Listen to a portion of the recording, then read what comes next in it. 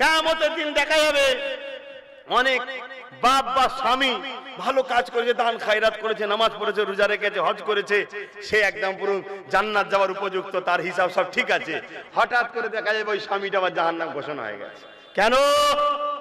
স্ত্রীর হাতে বড় বড় মোবাইল, দেখছেন না আজকাল?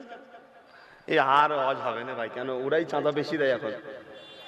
কিরে কমিটির ছেলেরা, চেয়েছি হজ করবো না ঠিকভাবে বলবো? সমস্যা তো খুব। 100-র মধ্যে 90টা বাড়িতে পরকিয়া চলছে।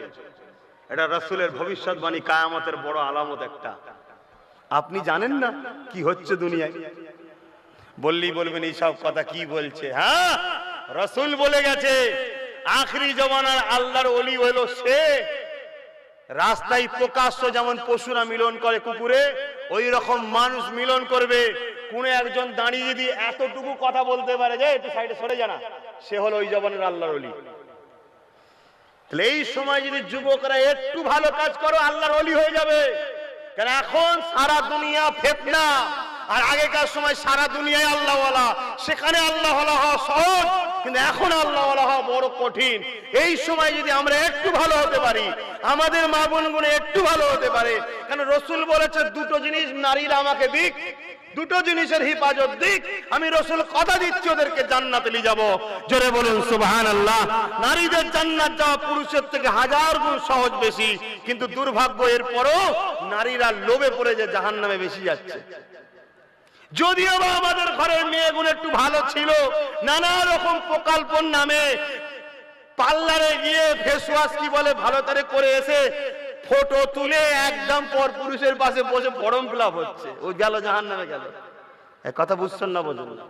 এই কথা শোনার পরে কিছু লোক বলবে এই সব মোল্লাগুলোর জন্যই মুসলমানদের তারা কি হয়নি। আমার থেকেও যারা নীতি আদর্শে কঠিন ছিল, সত্যের পক্ষে ছিল কঠিন, ভালোবাসার পক্ষে ছিল কঠিন, সেই সাহাবারা পৃথিবীর বুকে পৃথিবীকে জয় করেছে। জোরে বলুন সুবহানাল্লাহ। আমরা নীতি আদর্শে নেই বলেই তো না মুসলমানের আছি না অমুসলমানের আছি। আমার খোল্লার তো ঠিক নেই। বাপেরা নিঃশ্বাসের কোনো বিশ্বাস নাই, আজ আছে কাল চলে যাবেন না, কোনো গ্যারান্টি নাই। এই দুনিয়ায় সব রয়ে যাবে। আপনি আপনার সন্তানের জন্য হারাম ইনকাম করে গেলেন, একবার আপনি ভাবলেন না এই হারাম ইনকাম আল্লাহ বা নারাজ হয়ে যাবে।